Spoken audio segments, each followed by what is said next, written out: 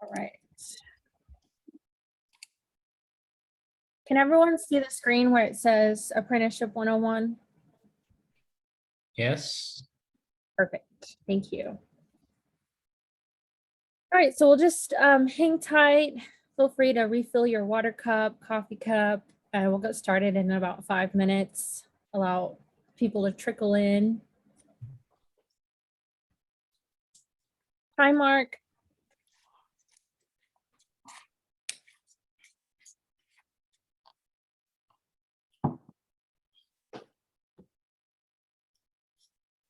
And you know what?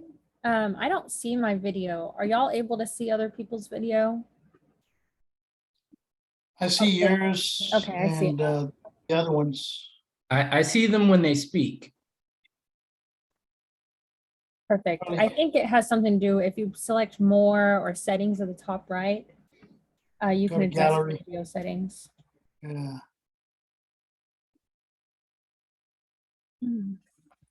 Did everyone enjoy their Labor Day holiday? If you're off, if you were off. A little bit. Tube the river. Oh, nice, Mark. Which river? Sam Marcus went out to Don's Fish Camp in Martindale. Haven't been there in 20 years. It's awesome. Yeah, I live not too far from there in Luling, but I actually have private access to the river where I live. I didn't know you live in Luling. That was I went to high school in Luling for a minute. Oh, that's cool, Mark. You from Luling? I'm from Dallas, but I've lived here for a while. Cool. Cool. There's nothing right. in Luling. Yeah, there's nothing there, but that's why I like it. City Market. Yeah, the best barbecue. Allison, Hey, Bobby. And hi. Good to see you. Good to see you. Long time. hi, Allison and John, Miss Washington. And it looks like I'm gonna wait just one more minute to see if we get some other guests that join us. And while we wait, I did send an agenda out. Feel free to review that agenda. I have a round robin question for you all. I want to make this as interactive as possible, you know, especially in such a virtual environment. It's really easy to kind of get distracted or kind of sucked into a presentation or distracted by it. So I want us to feel engaged because we're talking about a topic that I'm really excited about, that's near and dear to me, that is one of those best kept secrets for the young people we work with. And so I'm really excited about discussing it with you all, and I hope we can have a conversation rather than me talk the entire time. And so feel free, I am recording this presentation, so if you don't feel comfortable being on camera or audio, then you can just use the chat. But otherwise, feel free to use the audio or video function as you do it. Again, no obligations on being on video, but I really hope you can join the discussion. Okay. Looks like everyone's joining us now. Good morning, Robert. Good morning, Leslie. Hi, everybody. Good morning. Good morning. Good morning. All right, well, it is 9:35. We have 10 participants in the room, 18 registered. So hopefully the other 8 come in. If not, we'll go ahead and get started. As mentioned, I am recording this presentation so we can share with other educators in the future that are not able to attend. So if you don't feel comfortable being on video or audio, feel free to mute and turn off your video. But otherwise, I hope you can join us and engage in the discussion about apprenticeship programs today. We have 2 very special guests on the call. We have Bobby Vasquez with the Carpenters Union. And then we also have Mark Pendleton with IBEW 520, the Electricians Union. And so they're going to talk briefly about their programs. But first, I'm going to do a lot of the talking to talk about apprenticeships, what it means, and also share some labor market data. But first, I should introduce myself and say I'm Jessica Gry. I'm the Data and Career Awareness Project Coordinator at Workforce Solutions Capital Area. I've been there a year and a half now. Previous to my work at Workforce Solutions, I actually worked for a pre-apprenticeship program at American Youth Works, where I helped young people ages 16 to 24 get career training, and then I would work with them on transitioning into a registered apprenticeship program. So I've known Mark and Bobby for quite a few years now, and then also a lot of our other apprenticeship programs in the local area. So we are going to focus on apprenticeship, but we're also going to focus primarily on the skilled trades industry. And so let's go ahead and get started. Now, I will say that Stephanie Calderon, our career and outreach specialist, typically leads these work group meetings on a monthly cadence. She is out of the office right now, so I'm filling in for her, but I'm super excited to share this topic just because of my background in it. Now, the purpose of these work group meetings were originally launched to have a setting for educators, career counselors in our K through 12 system to talk about opportunities in the skilled trades.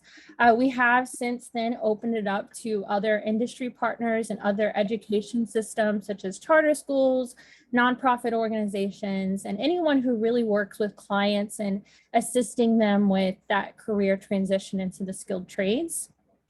Now, the goal of this is, the purpose of this meeting is we recognize that there is an opportunity to share information about the skilled trades to ISDs both in and outside of Travis County, and for industry to connect with school districts. So that's why we've invited Bobby and Mark today to talk about their industry, really connect with you all who have joined. We're also going to discuss the demand for skilled trades with labor market information. One of my primary functions at my job is to really analyze labor market data for high demand industries. So I've pulled some data for you all today. And then we also just like to speak about the career pathways in the skilled trades. We know these are lifetime learning opportunities. The growth is here locally in the Austin metro area. So what better way to talk about these opportunities than these work groups every month? Today's agenda, we're gonna give some introductions. I'm gonna hear from you all in the next slide here in a moment, so get ready for that. I'll go through the LMI and then a brief presentation about Apprenticeship 101. What an apprenticeship is, types of apprenticeship programs, and some other little details to kind of distinguish what an apprenticeship is for your students or clients. Bobby Vasquez is going to give a presentation about his program. Mark is going to share about the IBEW. And then I have some resources for you that I've collected and compiled. So once I send this presentation out, you all can click through them, have some fun, share it with your students.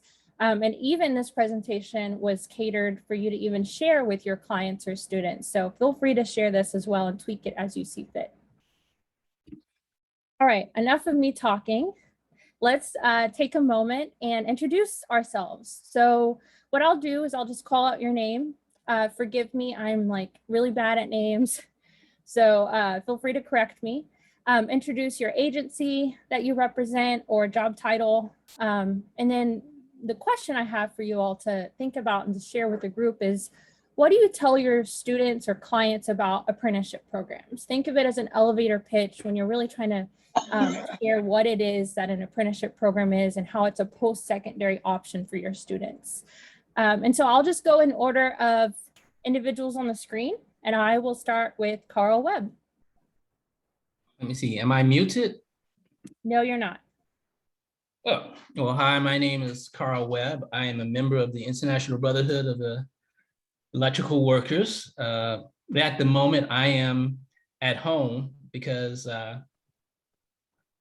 my union gave me the option of staying safe because I had some health issues.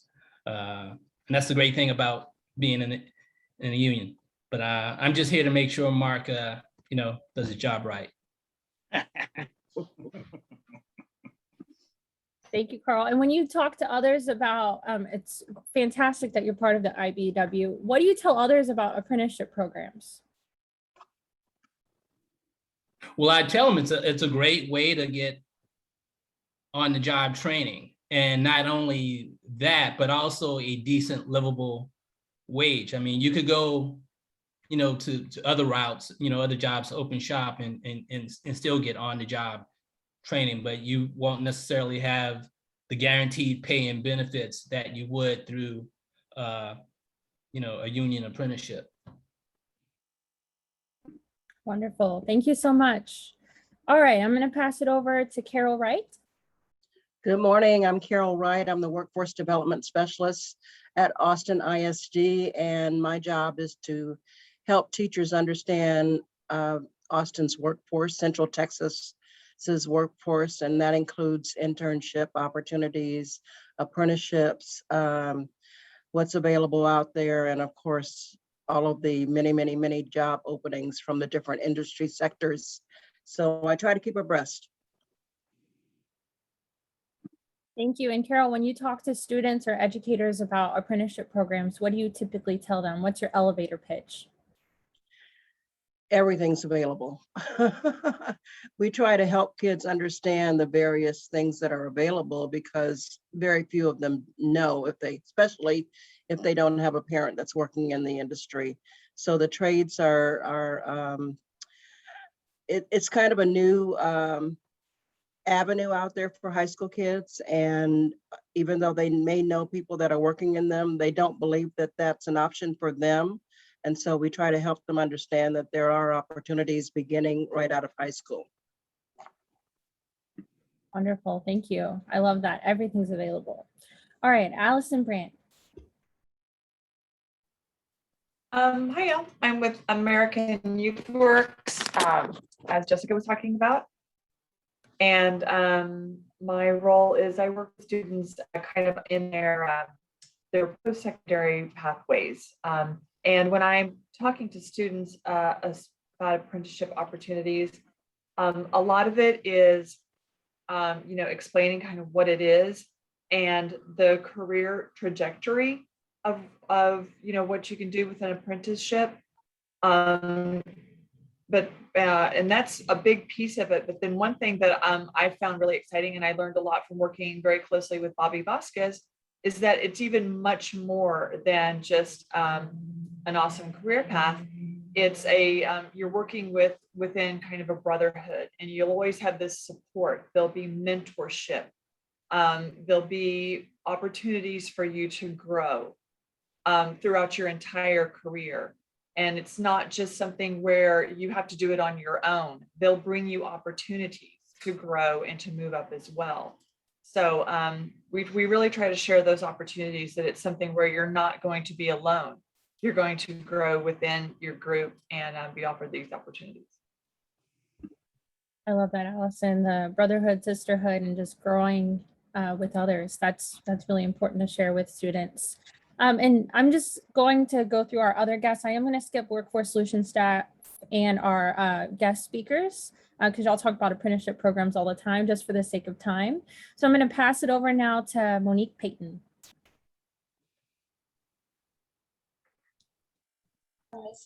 Good morning. My name is Monique Payton. I am a higher education advisor with Education is Freedom, and we work with the My Brother's Keeper program here in Austin. So in regards, what do I tell my students?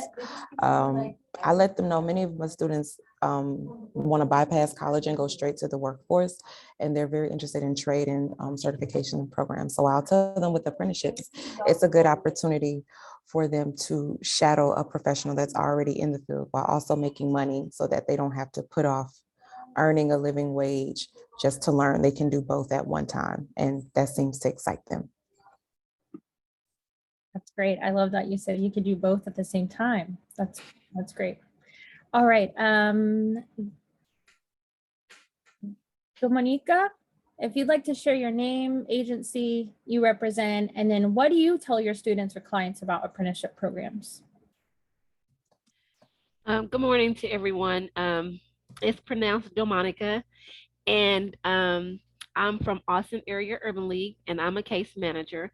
So when we get new clients in, especially those from our reentry program, we let them know about the skill sets and what's offered out there. If you those who probably went to college or don't even have no college experience, who wants to go straight into the workforce. So it gives them an option, especially those with the background. They feel like they can't, so many people get doors closed in their face, even though they're qualified for a lot of the jobs that are offered. But let them know there is an alternative. Just because you have a background does not mean that you can't have a sustainable income and to make a sustainable income. So we give them options. So I try to get as much information as I can as far as apprenticeship programs, so that way I can keep passing on and be on top of everything what's come out new. Because a lot of trades lately in the news, trade has been in the news lately. So and you make a lot of money. So it's the shortcut way. And just to give them a positive outlook on life and give them a second chance, to let them know there is a second chance for them. And don't just because one door closed does not mean another door won't open. So. Oh, that's great, Monica. I thank you so much. And I think you make a really good point about this being an alternative pathway, and it is still a post-secondary pathway, and they do earn a lot of money. And I know we'll go through some wage examples today. So thank you for sharing that. All right, Ms. Washington. Good morning, everyone. I am Mickalyn Washington, and I am with Education is Freedom with Monique. We're partnered with MBK. I am at LBJ High School, and I help students figure out their post-secondary plan. And I actually don't know a lot about apprenticeship. I usually call my workforce solution rep to come and talk to the students about it. So I'm happy to be here and learn a lot. I've already learned a lot from introductions, actually. So yeah. Thank you for that. And I'm glad my brother's keepers represented today, and super glad you call upon your resources. But yes, this presentation will help you a lot today. So I'm so glad you're here. All right, just three more. John, if you'd like to introduce yourself. Good morning, everybody. My name is John Gartan. I'm a social worker with Austin Public Health. I work with the Neighborhood Services Unit. So what we do is we work with individuals trying to look for employment.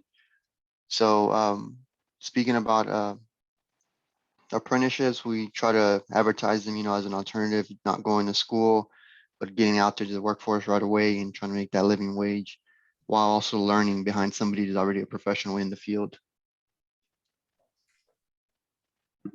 That's great. That's I think third time I heard that, learning after someone who's already a professional. That's I think for young people, just knowing that you have that mentor, I think really speaks to them as well. All right, Robert.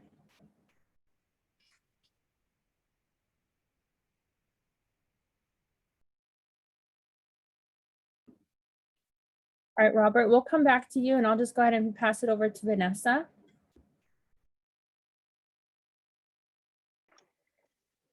Hi, sorry for joining late. I'm sorry, I don't know what we're doing. Oh, she's right here. Okay. Hello. I work with Education is Freedom as a higher education advisor with Mickey and Monique, working with MBK as well. And then same as Mickey, I'm not really that well-versed in apprenticeships, so I am happy to be here to learn some new things. Happy you're here too. Thank you so much. And then Robert Block, if you're there, if you can introduce yourself and what do you tell your students or clients about apprenticeship programs?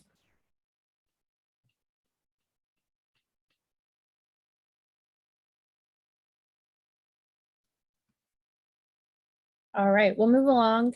Thank you all so much for the introductions. It's really great to see where everyone's experience level is at. We have some newbies that are new to apprenticeship programs and some who are well-versed. So I think this will be a really great presentation.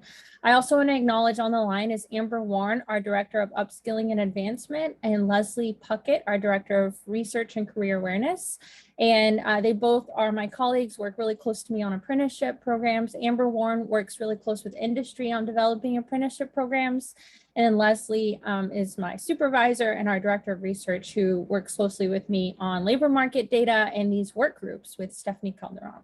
So let's jump right into the presentation so we can learn more about apprenticeship programs. All right, so Amber Warren actually shared this with me. This was a skills mismatch graphic done in 2018 about Texas jobs based on the level required, the skill level required for the job. So you'll notice here that we have high school equivalency. In gray are the workers available with a high school equivalency, and then in red are the jobs available that require a high school equivalency. Then we have some sort of skills training. We can also call that a middle skill job. And then we have your typical 4-year degree jobs that require a bachelor's degree.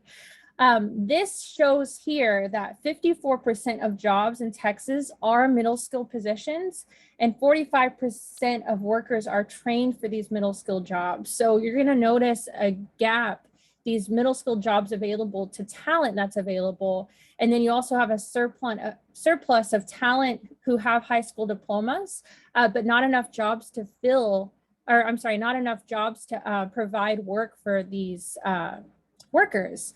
So one area that Workforce Solutions really focuses in on with our community workforce plan is really connecting individuals that have their high school diploma to these middle skill jobs, whether that be training through Workforce Solutions, through our Rework Now program, through our WIOA program, or even connecting clients to pre-apprenticeship to apprenticeship programs, because they do offer that post-secondary option in receiving an industry recognized credential. And some apprenticeship programs actually do offer college credits to associate and bachelor's degree, and it really depends on the type of program the student goes into or the client. Some more local data for you. So in the last 6 months, we compared job postings, online job postings, to online resumes. And one statistic we found is that there's 6.5 more opportunities than there are available talent. So there's still that gap. Austin is continually growing, especially in the trades industry, and there's just not enough local supply to fill the local demand. So there were 39,000 online resumes, but over 600,000 online job postings, and this includes all industries. So back in late 2020, we were looking at online job ads for the construction industry, and we noticed that there's continued demand for construction workers. And two industries specifically that I want to point out on this graphic are building equipment contractors and residential building construction. So as people continue to move to Austin, there is going to be that need for plumbers, pipe fitters, sheet metal workers, and then even those who build residential construction. We also know with recent developments like Samsung, Tesla, there's an increased demand for new workers while still filling the current demand that we have here locally. And when I think of current demand, I also think of the apartment maintenance industry as well, which experienced a demand a few years back, and they're still always looking for maintenance and repair workers, and then your traditional plumbers, electricians, carpenters, and all that good stuff. So the demand is there.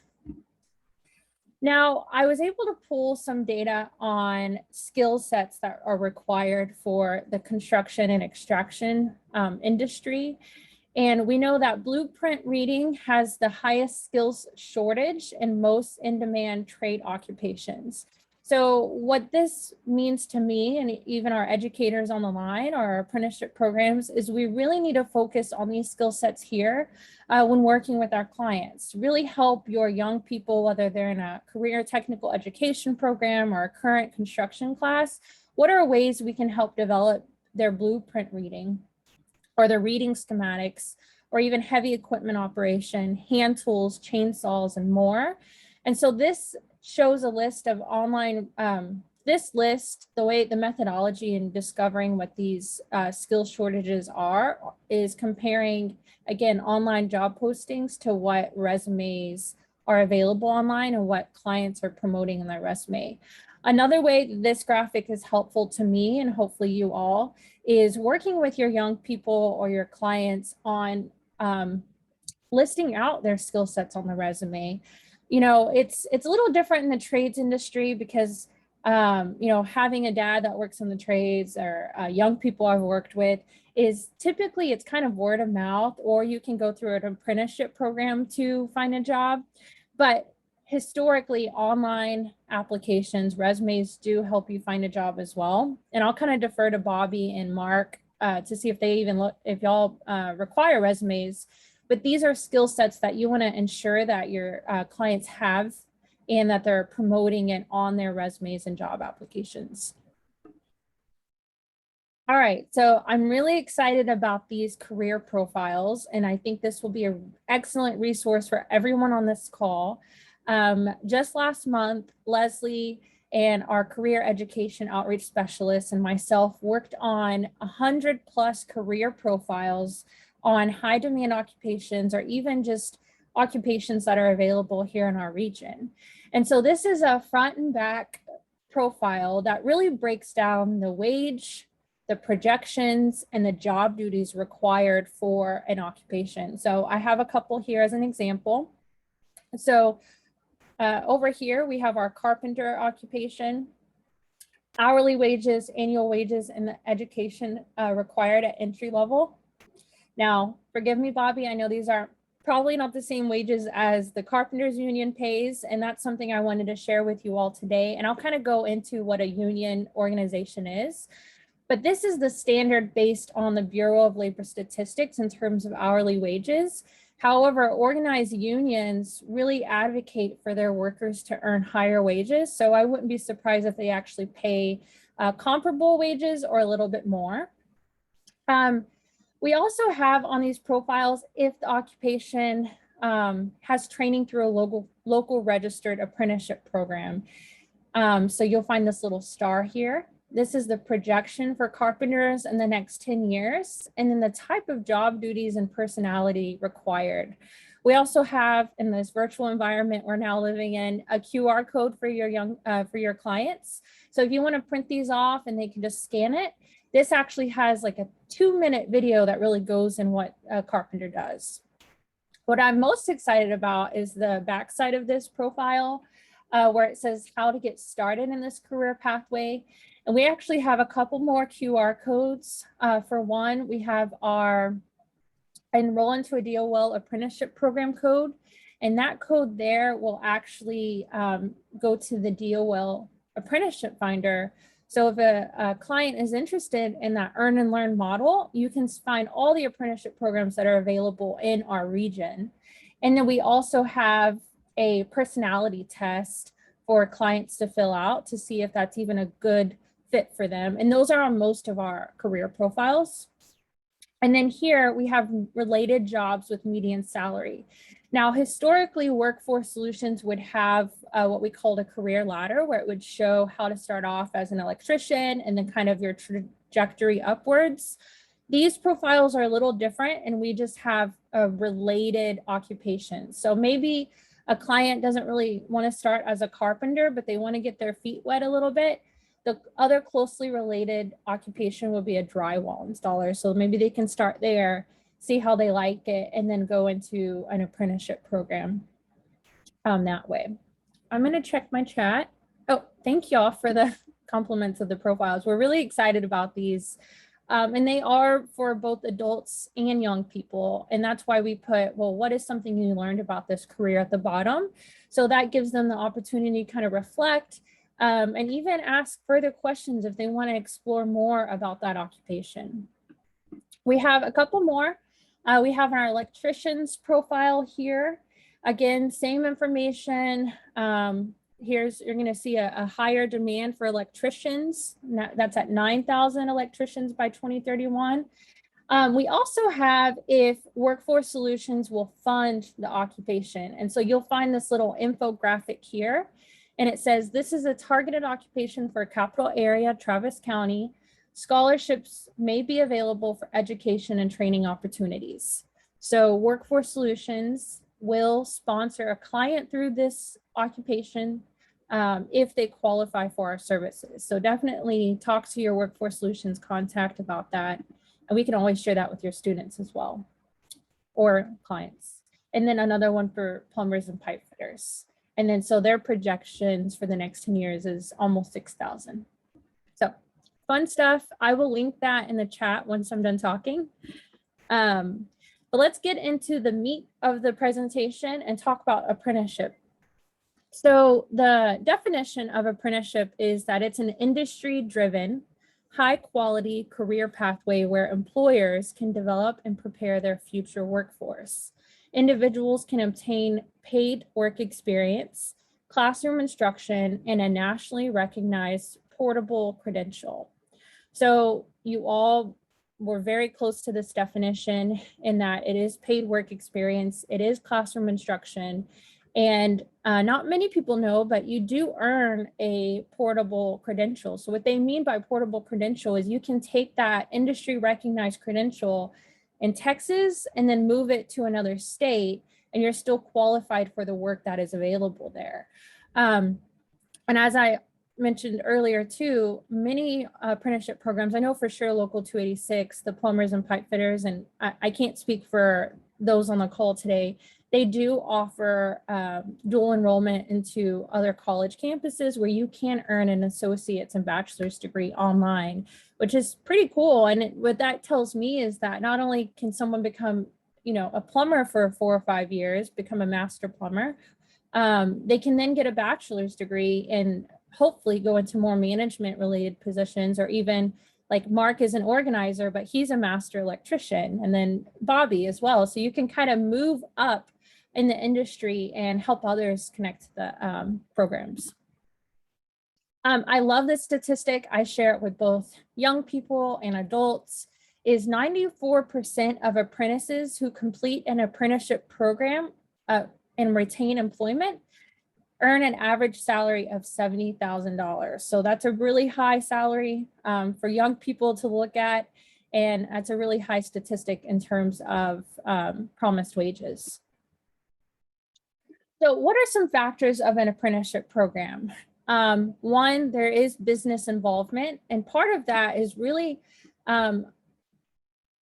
understanding that apprenticeships are jobs, and apprentices earn competitive wages from their employers, allowing them to earn and learn. Businesses are the foundation of every apprenticeship program, and their approaches to finding talent are the starting point for discussion.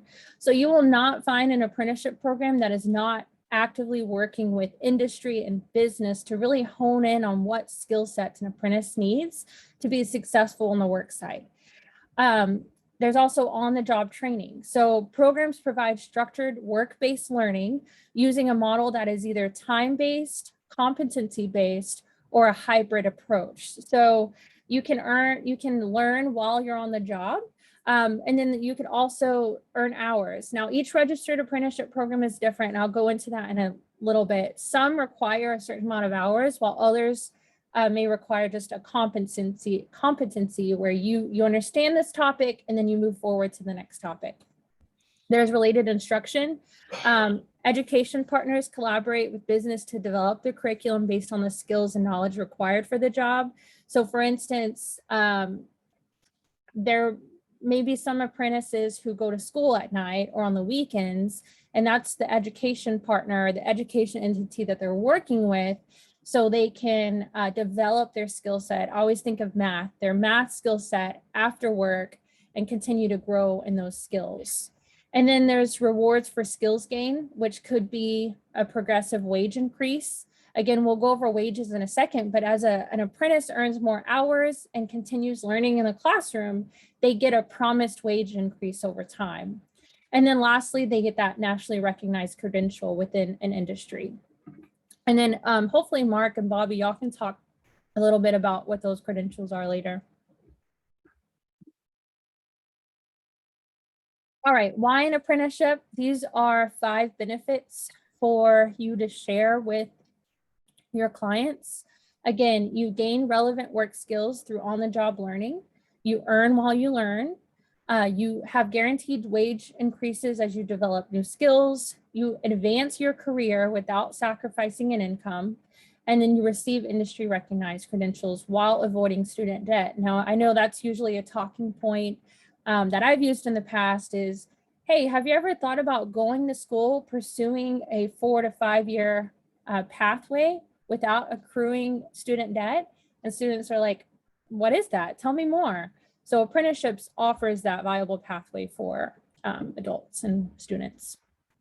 Now, I did want to share, traditionally, people know that apprenticeship programs are in the skilled trades and construction. There's, you know, so much history there in the trades, but it is offered in other industries as well.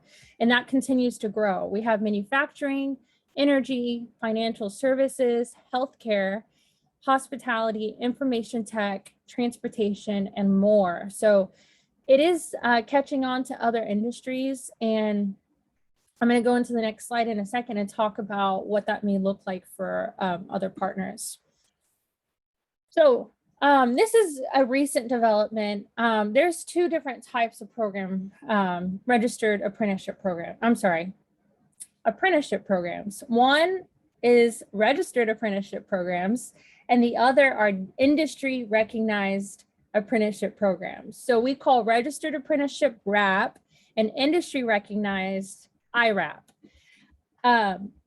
Those on the call today, they are DOL registered apprenticeship programs.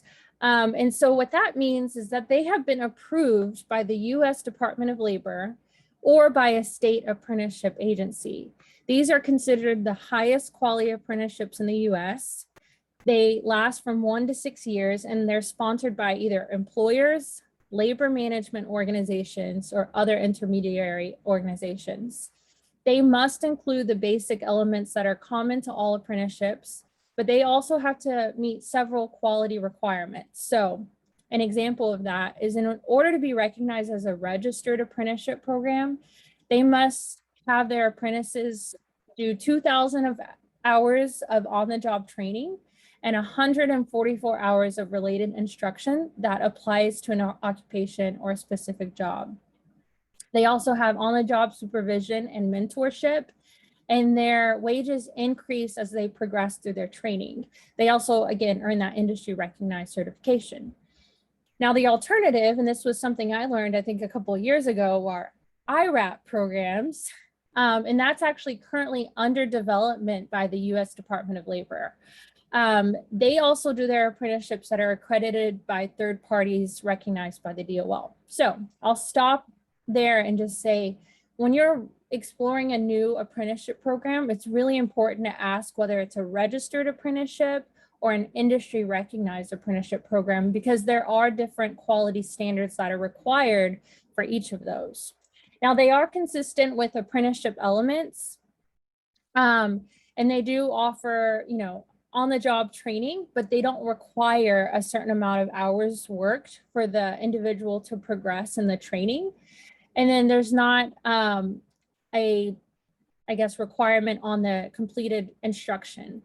Now, in place of federal and state governments, accrediting bodies must validate industry standards and provide administrative oversight. So what I'm, I guess, trying to convey is it's not necessarily registered by the Department of Labor, and there's not as much oversight. So you really want, when you're working with a client, to explore the quality of the instruction and the quality of the mentorship they're going to get, which you're definitely going to find through the registered apprenticeship programs, because they're the oversight there is through the Department of Labor. Not to say industry recognized doesn't have quality standards, but there's just not as much oversight as you'll find in registered.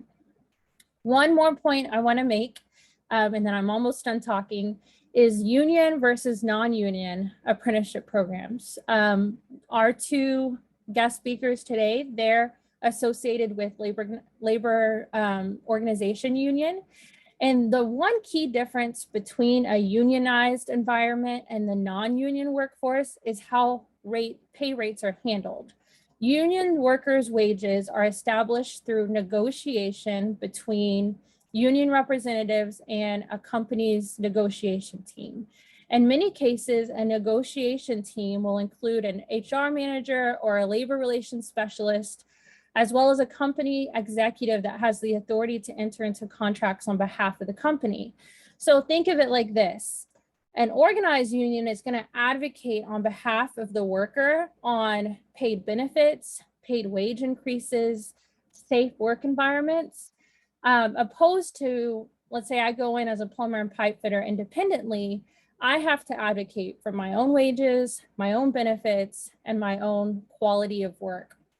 That's the key difference. And some young people or adults, may want to do it on their own, non-union, and that's fine.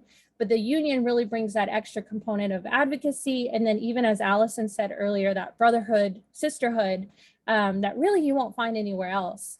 I always think back of when I visited the Plumbers and Pipefitters Union, and someone had passed away, and everyone who was part of that union pitched in to provide donation to the widow's spouse who lost their husband. And I thought that was an incredible piece of the apprenticeship or organized union that you won't really find on the books and you won't find in this presentation. So wanted to share that with you all today. All right, so this is an example. Joe Cooper with the Local 286 Plumbers and Pipefitters is on our board. He wasn't able to join us today, but I do want to acknowledge their program and share that this is an example of a wage breakdown for the Plumbers and Pipefitters Union. Now, it does change every couple of years when they enter through that negotiation period. And so this is an example of how someone can start off as an unindentured apprentice making $14.42 an hour. And then as they continue into their apprenticeship program and they go to school, that wage increases to $17.63 an hour their first year. Second year is $19.23. After 6 months of the second year, it's $20.83. And then by the fifth year, they're making $30 an hour. Let me tell you, that adds up very quickly, especially when you're doing overtime. I had a young person at American Youth Works, we'll never forget him. He almost went to Texas State Technical College, but he had a lot of trouble collecting grant money. So he met Local 286, he enrolled, and I'm telling you, his Christmas bonus paycheck is the biggest paycheck I've ever seen. I think he bought a new truck with it. And that was his first year of being an apprentice. And now he's able to work. He's probably in his third year now, provide for his family and really just feel good about the work he does. I'm going to skip this video because I feel like I talked too long, and I'm going to go ahead and cue Bobby Vasquez up because I know you have a presentation about your Carpenters Union. If we have time, I'll come back to this video, but really it's just a 1-minute clip to get adults and students excited about a registered apprenticeship program. So I'll pause there. Thank you so much. If you all have questions, I'll answer it in the chat and then I'll pass it over to Bobby. Okay, thank you, Jessica. That's a lot of good information right there. And about the apprenticeships and the registered, the difference between IRAPs and RAPs. I think Mark and I have got our little opinion about the IRAPs. Basically, registered apprenticeships, yes. IRAPs, no. And you can do your research, but I think you'll agree with me. But we're going to talk about the construction industry and our apprenticeship with the Carpenters Union. There are millions of Americans affected by pandemic job losses. They're still looking for work. Some of the people were riding the unemployment boat, and that's unfortunate because that created a big gap, big shortage of workers. I think slowly but surely we're getting back to where we need to be. However, in the timing of what's happening in Austin is pretty it couldn't be any better / worse. It's better because the demand for workers, skilled labor is just so incredible. We have so many, there's I think 43 high rises in downtown, either in the works or soon to be in the works. There's over 40 cranes, including North American continent's largest freestanding crane or tower crane. So there's a lot of work going on, obviously. And as you can see, construction jobs are continuing to outpace the number of available trained and skilled construction workers. So that's next slide, please.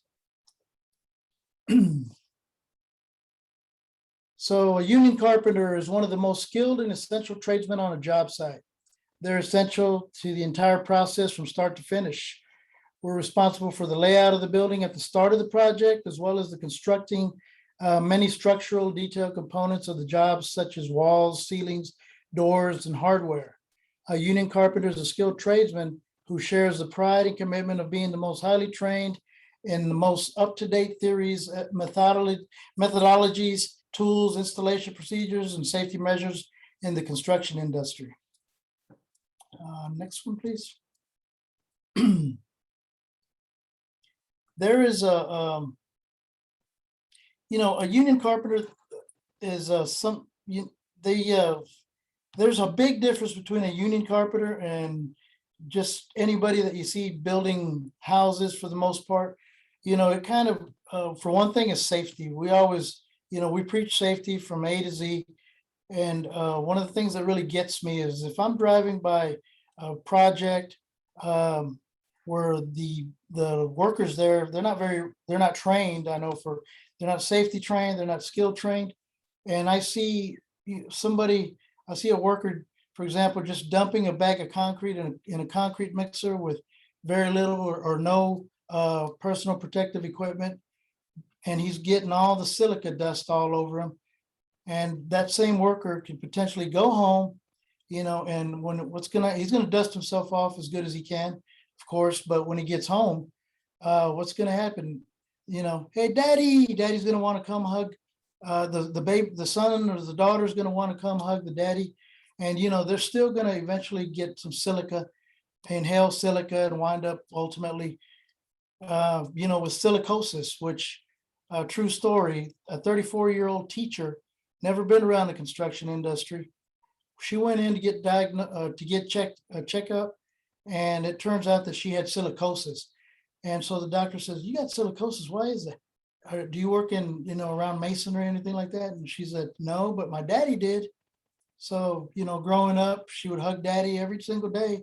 And it turns out that daddy inadvertently exposed her to too much silica, which in turn gave her silicosis. And at the age of 34, she was told that she had 6 months to live with silicosis. And that actually happens. That's one story that I know of. It probably happens a lot more.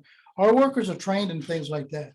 It's an employer's responsibility to educate the employee as to the hazards that they can face on the job site and how to protect against those hazards and how to recognize them.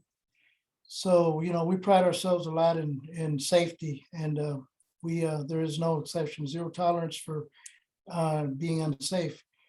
The next slide, please. That's okay. So if you can hit the next slide, please, Jessica. Now, as part of the Carpenters Union, could you go back one, please? Sorry. Right there. Okay, so the UBC, the United Brotherhood of Carpenters and Joiners of America, has been around since 1881. The Labor Day that we just got through and joined was actually because of Peter J. McGuire organizing way back when. So the UBC advantage, as far as we've been around for a long time, and what sets us apart is the training. We invest over 200 million every year into training through our International Training Center in Las Vegas. We have a bunch of courses that are created, they're refined, they're revised with the latest up-to-date things, equipment, software, and whatnot. And I know that you mentioned, Jessica, earlier about there was a big demand for print reading. Print reading is a highly sought skill. Well, that is something that is part of our first year apprentices core curriculum. So they take print reading 1 in the first year, which is a prerequisite to print reading 2, electronic print reading. And so in electronic print reading, you have Bluebeam Pro Core Plan Grid. You don't see people walking around on the job sites anymore with big old-fashioned blueprints. everyone's walking around with an iPad or even on their phones, you have the whole set of prints there. So we train our members in how to use that and understand the construction software programs that they're using in the field today. It's very important. So that the print reading one is a prerequisite, and it's a great course. I mean, even if you got years of reading prints, you're going to get something out of this course. And next slide, please.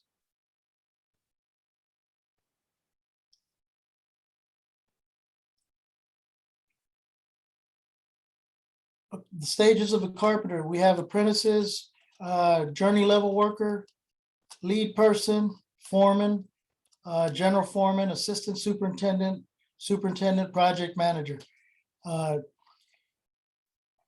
Myself, while I was in the field, I worked my way up to superintendent, and I started off many moons ago not knowing how to, read a tape measure or even, how to use power tools or anything.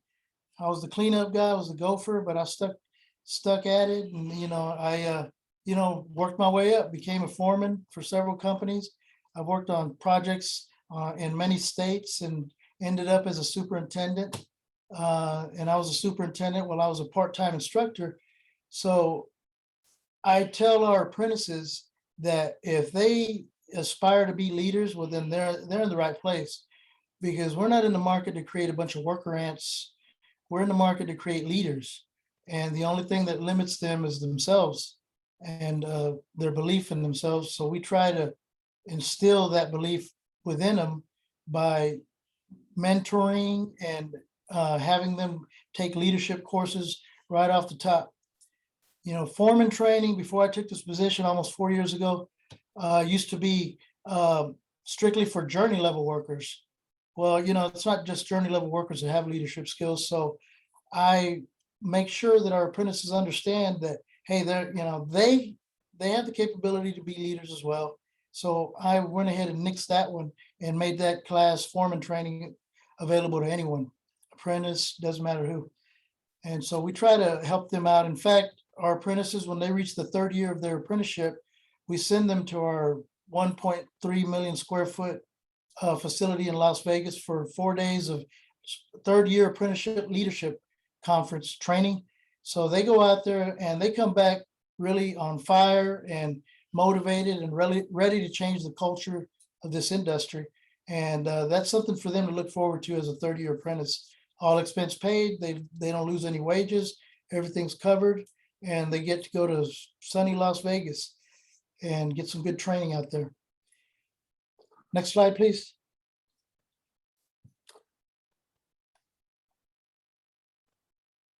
And while we're waiting on the next slide, it's a fact that most construction sites across the country, if you look at the superintendents and the project managers and the upper levels, their background, most of the time is going to be carpentry background. So, I love the electricians, love the plumbers, love everyone. But the truth is, carpenters are the ones running the big projects for the most part. I love how you plug that in, Bobby. Hey, I want to make sure my slideshow is working. Does it show up what is an apprentice? Is that what you see? Yes. Oh, okay. It has a slight delay, just so you know. But Oh, okay. Thank you very much. Yeah, so an apprentice is someone who is learning a trade, trying to work under the guidance of skilled journeyman, and it's on the job training. So they earn while they learn, a good paid wage from the first day they're hired by the contractor. Our apprentices, we have a lot of apprentices that come. It used to be a lot more so, but nowadays not so much. That we wouldn't want them to join the apprenticeship. We wouldn't let them join the apprenticeship unless we had an immediate position for them. So we wouldn't want anyone to be in the apprenticeship and then just waiting around, pay the membership dues, which are $21 a month, and then not have a place to send them. So we don't have that problem right now. So they join, they immediately get to work, and they start in the apprenticeship program. They start earning wages right off the top. Any prior experience or credit, they receive credit for prior experience, education, training, veteran status, per the Department of Labor apprenticeship standards that we follow. So we are allowed to award them so much credit depending on the relevant experience that they have. So that, that says a lot. We can't just bring everyone in as first year, first level apprentice when, because if we were to do that, a lot of people would feel like they were getting, the short end of the stick. Because we would have people that have quite a bit of experience working next to someone who doesn't have any, and they're making the same amount of money. So we assess them accordingly and award them the appropriate credit. That way, the person with a little bit of experience is making the appropriate amount of money more than the inexperienced worker. And so that kind of course, would save a lot of trouble out there. Because I know I wouldn't. I mean, think of working next to someone with no skills and you got plenty of skills, but you're making the same money. Doesn't make sense. And if you could go to the next slide, please.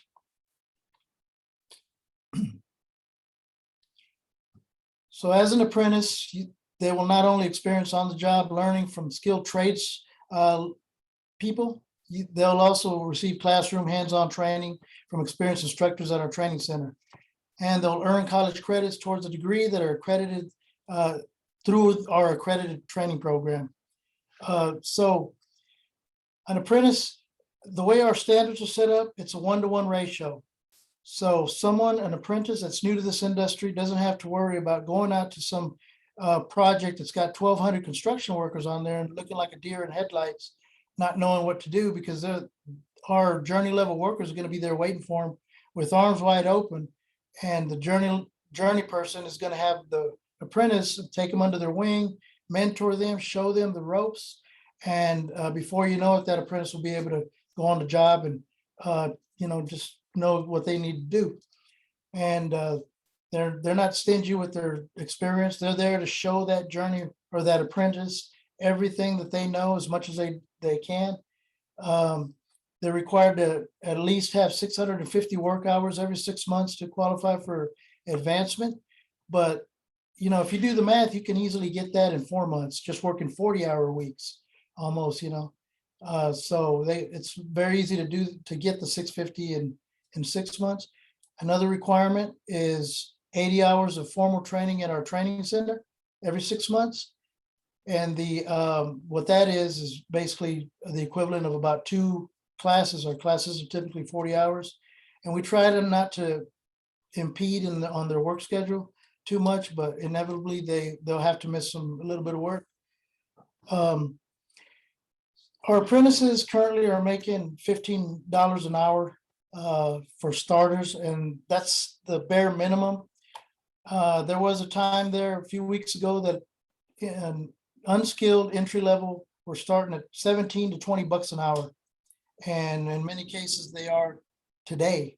Now the shortage is not so bad. We're kind of catching up now. Second year apprentice, well, it's somewhere between 17 to 20 bucks. And then the third year is above 20. The journey level workers it says 24. And as Jessica mentioned earlier, yeah, that's what the contract says, but there are very few of the journey level workers that are getting paid that. Everyone's getting paid above that, at least $2, $3, $4 above that scale. And on top of that, you have about anywhere between a $7 to $11 an hour benefits package on top of that. So you're talking, upwards of $30 an hour that they're getting out there. And one last thing about when they're taking training here, the instructors that we have, they are experts in whatever they're training in. If they're going to be taking training in trim work, we get the trim foreman. They're doing trim work out in the field right now. That's all they do. If they're getting interior systems training, the instructor that's training them comes from that background. So prior experience and training, I talked about this earlier. They receive appropriate credit based on that. So you can go to the next slide, please.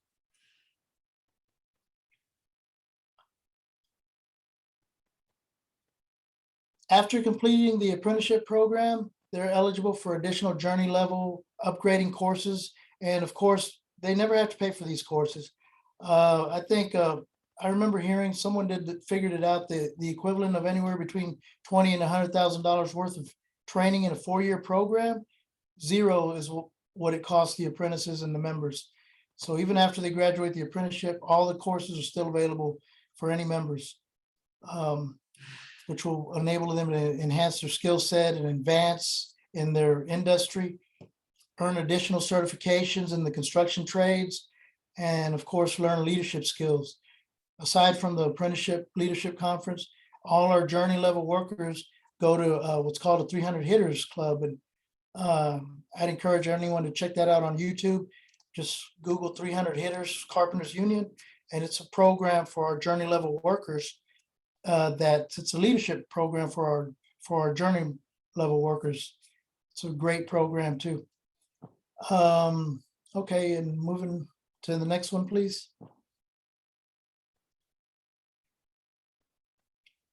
So, I mean, that's basically it. We're trying to build our future one day at a time with our apprentices. They are our future. So it's important for us to get an apprentice and mold them, especially as a superintendent for a company. I know that I would like to start off fresh with someone with no bad habits, mold them into something that is going to wind up, or someone who's going to wind up being the leader of my company. And fortunately, we have upper level management in our contractor partners that have gone through the apprenticeship programs, and they are now general superintendents and whatnot. So they recognize the value of the apprenticeship training that they received. And so that's what we're trying to do. And I think it's a lot easier to start off with a clean slate than to try to break someone with bad habits and make him a representative of your company in the future. And that's it for my presentation. Thank you all for being so patient. And if anyone has any questions, I'd be happy to answer, unless Jessica, do you want to wait till the end, or how do you get this set up? Yeah, that was a wonderful presentation. Thank you, Bobby. Yeah, if anyone has any questions for Bobby regarding the Carpenter's apprenticeship program, feel free to ask those now. There's no silly questions, and then we'll ask questions again at the end. I wrote some down that I'd like for you to cover after Mark gives his presentation. I'll give y'all a moment. Does anyone have any questions?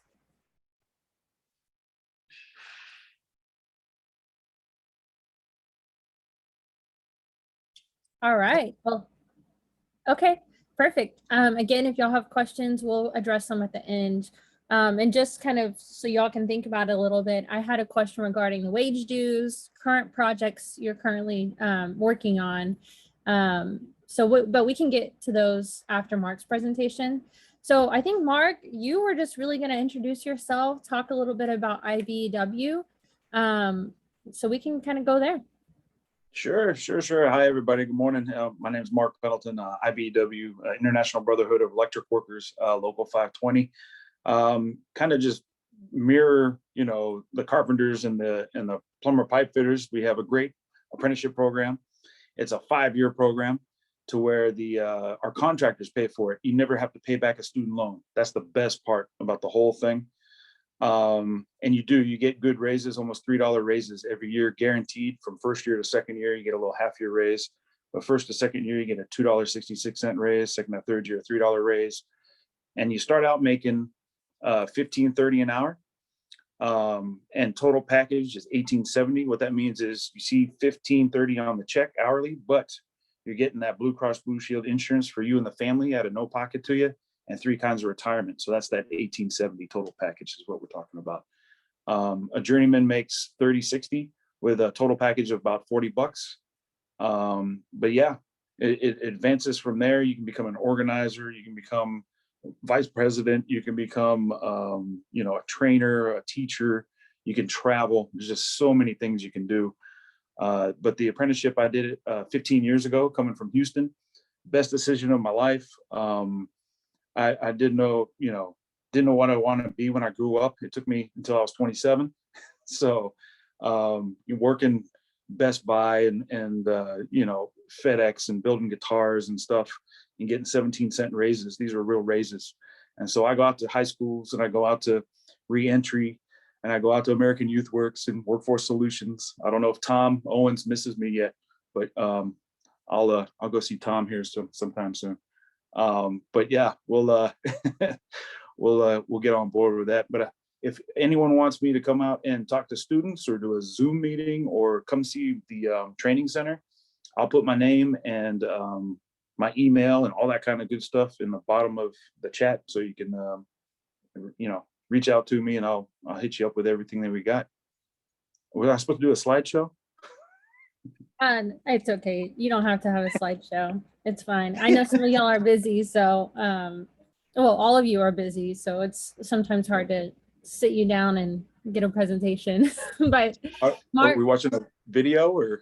I'll share the video in a second. I didn't have your logo ready. But no, that's good. And Mark makes a really good point. Well, one, he is everywhere. He will go to every career fair, every networking event. In fact, I kind of wanted to share too that if you're, young people especially, they really need that hands-on component. So feel free to touch base with Bobby or Mark if y'all ever want to visit their training centers. That really helps the young person understand the type of skills and training they're going to get. And it really gets you excited about joining the career pathway. In fact, our Workforce Solutions does not have a date yet, but sometime in spring of 2022, we would like to have a Metroplex Rally Day where we invite young people from all the school districts and community organizations to come and visit one of the training centers and to get to know Mark, Bobby, Scott Kitchens, Brian Peabody, all the different apprenticeship programs. And so they can get excited about joining these pathways that are available to them. So Mark, was there anything else that you had? Just one more thing real quick. We do have a great, if young men and women or even, veterans and stuff, that GIBL works with our apprenticeship too. So if they go off, do military, I help the military and the mega fairs come and transition into our apprenticeship. It does work. And we are also, you can get your bachelor or associate's degree coming out. I've never heard of anyone doing it, but, because you're making so much money, but you can get your associate's degree if you want to go be an electrical engineer and then continue the path that way. I'm sure some people have, but we have a Lone Star program to where these two ladies, and Darcy Brennan is great. And I'll add her on the thing. I don't know if you have the flyer, but I'll get it to you. It's a week-long course for people to see if they just want to become an electrician. And what it is you rough in a room, you do some, plugs and switches and pipe bending, this and that. You get a bag of tools for free. You also get your TDLR license, which is the Texas Department of License and Regulate Apprentice Electrician's license. Your OSHA 10, which is a safety requirement for all jobs for us, and it's at our training center. So they just walk you right down the hall if you really liked it and throw you in the apprenticeship program. So I'll get you that too. Awesome. Yeah, that's a really great program. I do not have that flyer, but I can send it out in the follow-up email, because I'm going to send this presentation out, the recording, and I'll send that flyer out too, Mark, because that's a good point. That's actually sponsored by Workforce Solutions to get people connected to the electrician's pathway quickly, rapidly and quick. So thank you for your presentation. I have a couple questions just because I've worked really close with y'all for a while, and I know this comes up for apprentices when they enter the program. So between Bobby and Mark, can y'all talk about what wage dues are? Because I know we often promote there's no student loan debt, but there is a wage due that's required for this. So what does that pay for, and about roughly how much is that? I guess you want to go first, Bobby? Me? Oh. Bobby's on mute. Go ahead, Mark. Thank you, sir. Oh, ours is only our dues is what you're talking about is $40.25 a month. Everyone's heard of, well, some people haven't heard of union dues. At $40.25, I think it's $1.25. What it breaks down is for the operations in the office, like the lights and people's salaries and this and that. 20 goes to the international office, and then I think 19 to the pension fund. What that means is it's pretty much you're part of the club. You actually, it's in our negotiations, like you are saying, we negotiate our contracts to where we get another dollar, in the price of living, regardless of every 3 years. We go to the contractors and go, we want $20, and they go, no way. And then they say, we'll give you $1, and we go, no way. And then we negotiate on $7 over 3 years or whatever it is.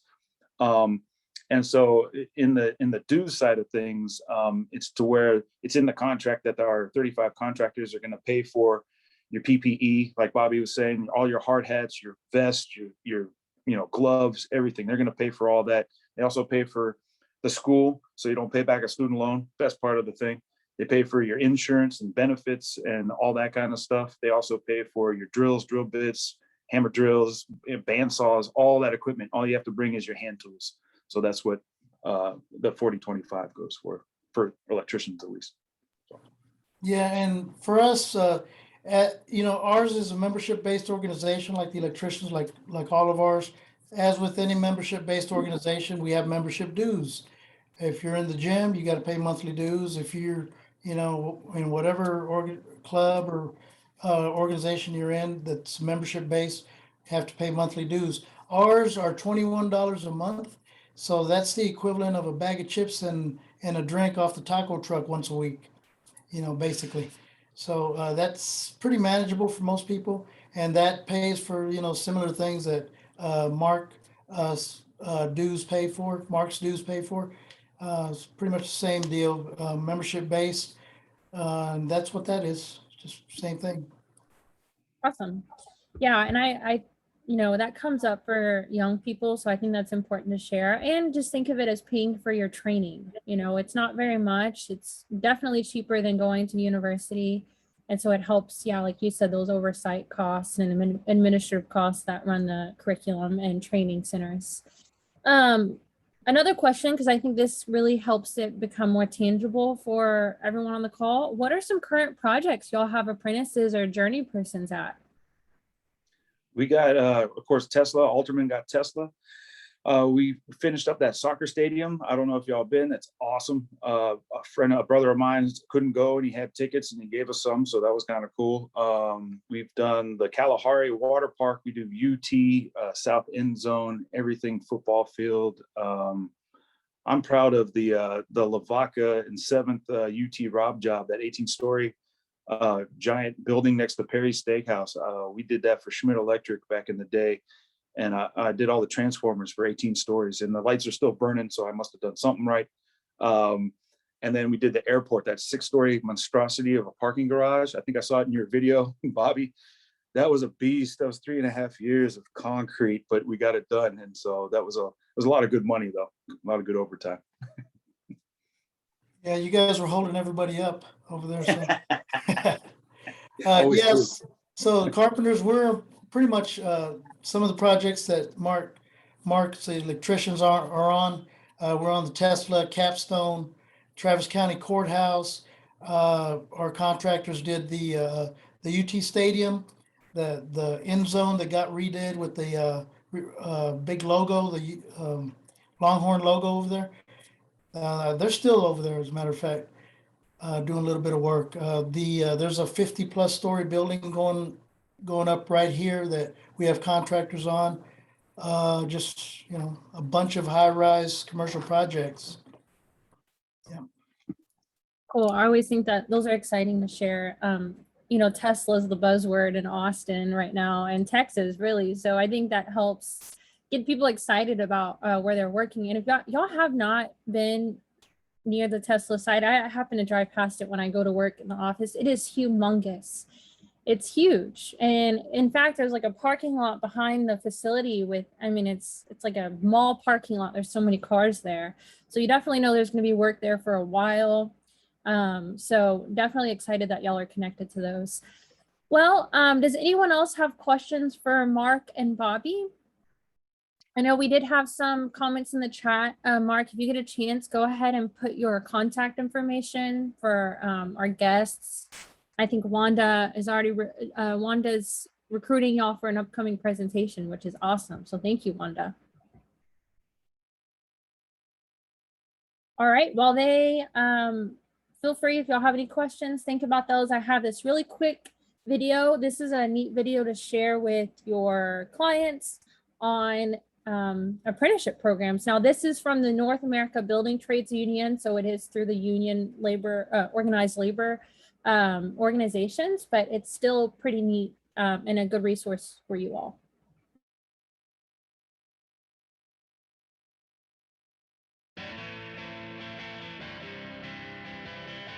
Did you know right now there are opportunities for your students where they can secure well-paying jobs with health and retirement benefits? Receive state-of-the-art, technologically advanced, industry-sanctioned training free of charge.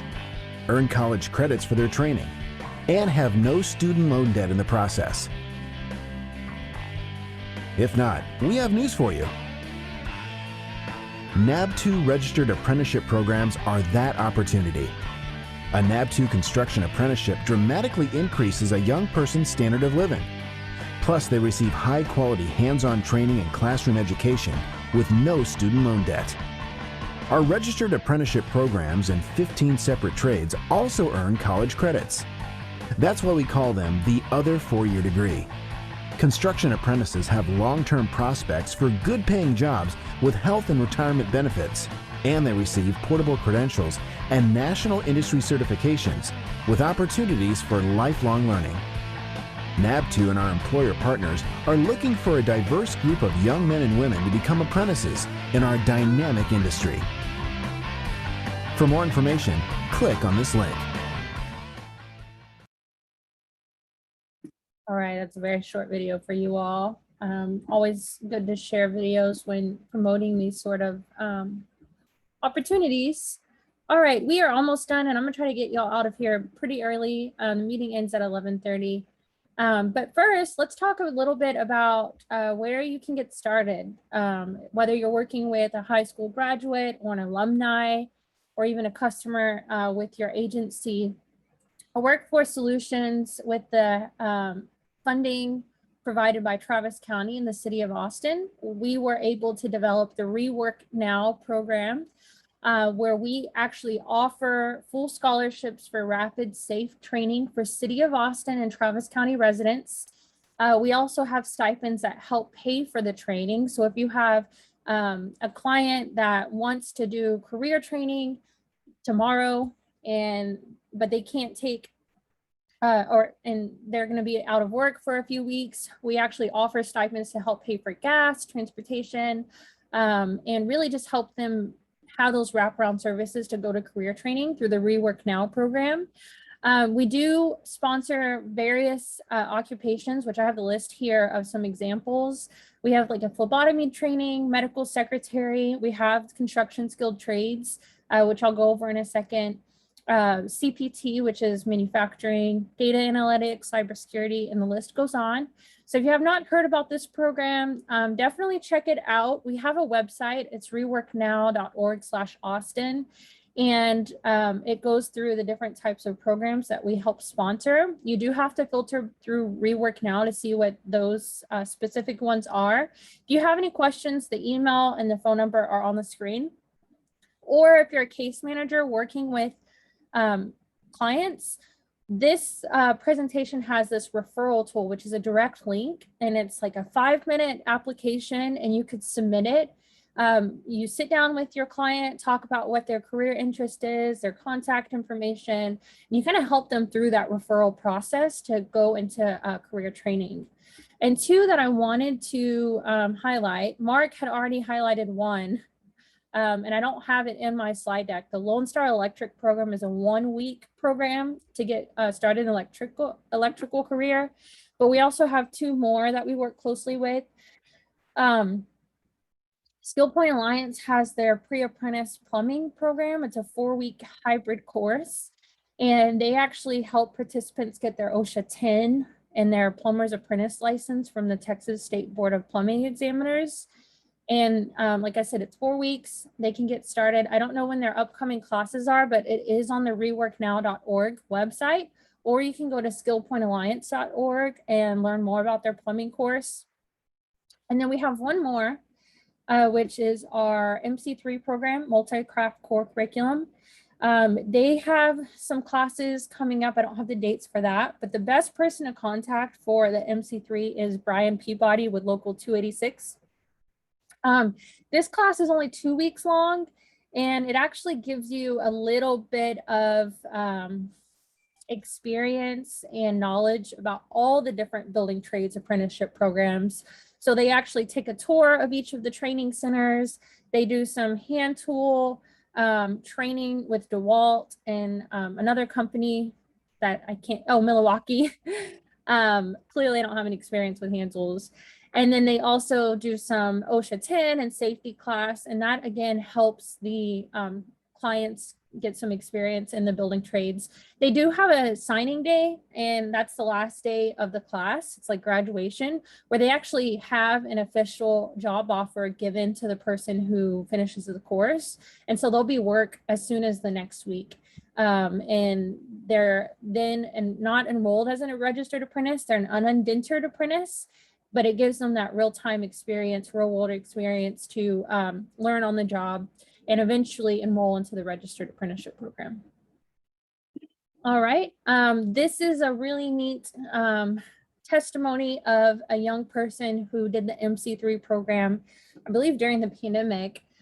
He was a senior at Del Valle High School, and I'll kind of read his quote here.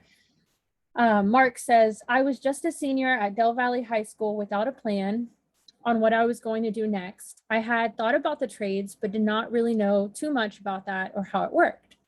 At the end of 2 weeks, I had the OSHA 10 and CPR certification and a job in the sheet metal industry the following week. Mark quit his job part-time at Dairy Queen when he started the MC3 program. He now has the skills and training for an in-demand career field.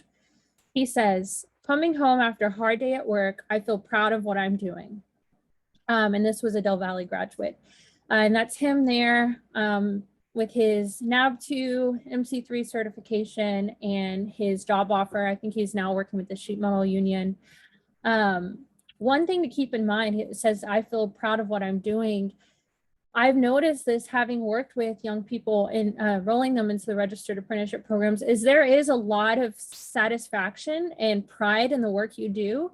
You know, driving downtown Austin and being able to point at the work that they've done really is awesome. And I think Mark and Bobby, y'all are both just talking about the projects you've worked on. And I think that's a piece that, again, is not written in the text, but helps people just feel proud of their career and the work that they do. And Carl Webb, if you have any insight on that too, I know you're an electrician, feel free to share that.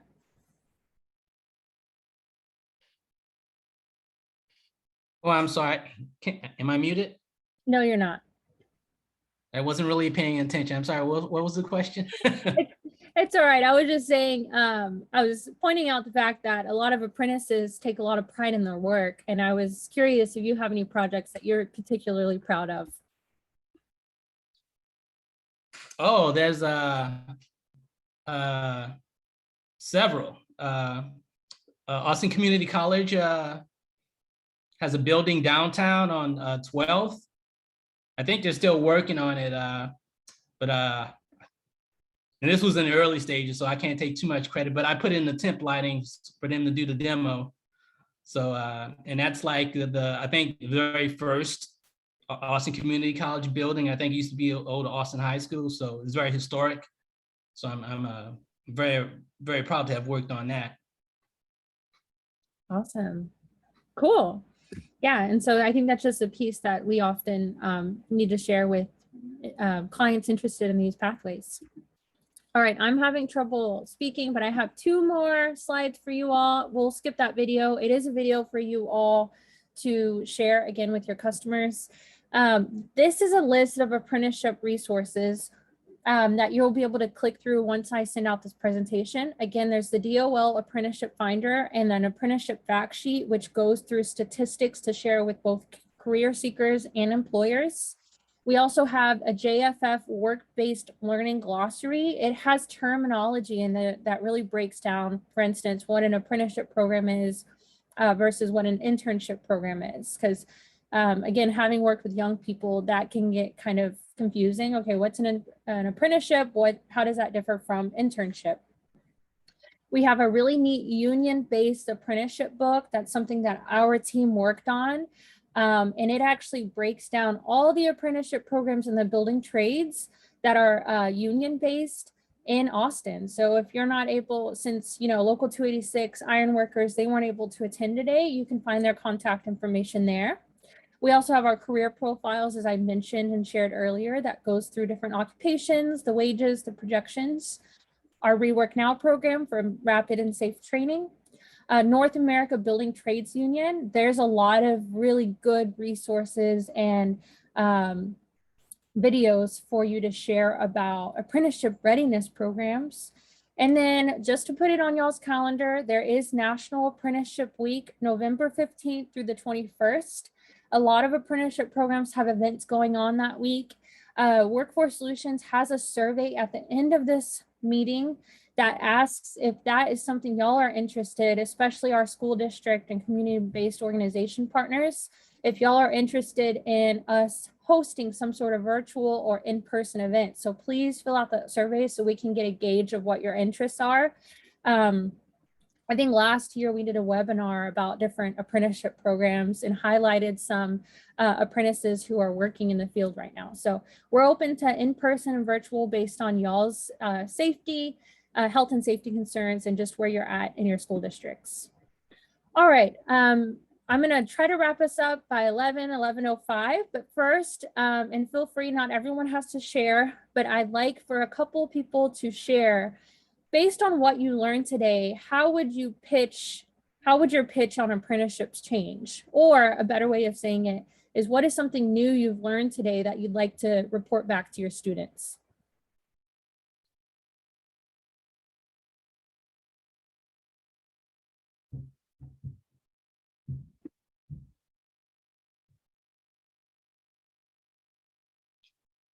Don't feel, oh, Allison. Oh, and Sorry, Wanda. y'all. Jessica, you'll recognize where I am in the closet. I had to take y'all traveling with me. You know, I definitely learned more about what to share. It was nice to see both sides of the coin with the union versus non-union, so that's interesting. And I loved all the extra things that you will be sharing out, you know, that we have to look to resources to show students. So I think that that's really what I'm looking forward to, is being able to sit down with someone and go through all these resources to kind of help make a more educated decision for their pathway. Thank you, Allison. And Wanda, I think you wanted to share something new that you've learned as well. Yeah, sure. Thank you so much. I think one of the things I'm looking forward to, because we do complete a career profile with them, I have this information and checklist to share with them about the various possible careers, and their education is free. They don't have to pay back the student loan, and which really there, I guess, is no loan. And then the gradual advances, and how short a period of time it can be, 2 weeks of a course training, and then boom, in the third week you have a job that's, you know, paying you benefits, etc., or 4 weeks, and then there are other opportunities for you. So I love the fact that there is no charge for the education, that they get the one-on-one apprenticeship coaching as well, as opposed to just being thrown in with, you know, 20, 50, 60 other people on a job, and, you know, catch it if you can, you know, catch the wind by your teeth, you know, kind of concept of training and teaching and coaching. So there's just so much I'm excited about, which is the reason I've extended the invitation for them to come and speak to our team, so that we can have a solid 20 minutes of just asking questions and hearing their presentations and going from there. So I'm just really thrilled. I mean, because, you know, college isn't for everybody. A long-term trade program for a year or two isn't for everybody. And then not everyone can pay back a student loan or is even eligible for one. So it's just amazing all the way around.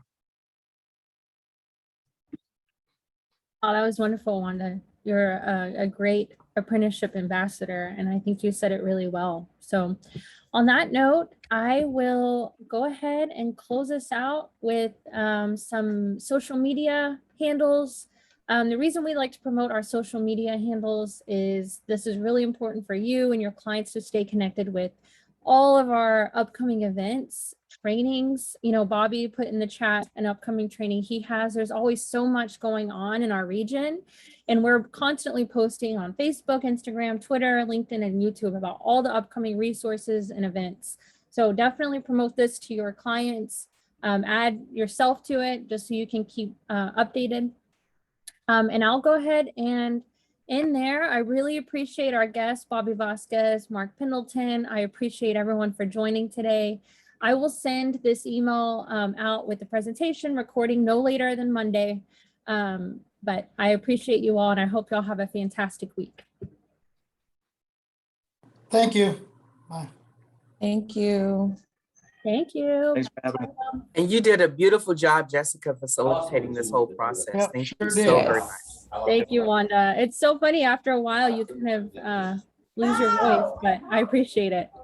Yeah, absolutely. And I'll certainly be looking into rework now for sure. Thank you so much. Bye, y'all. Yeah.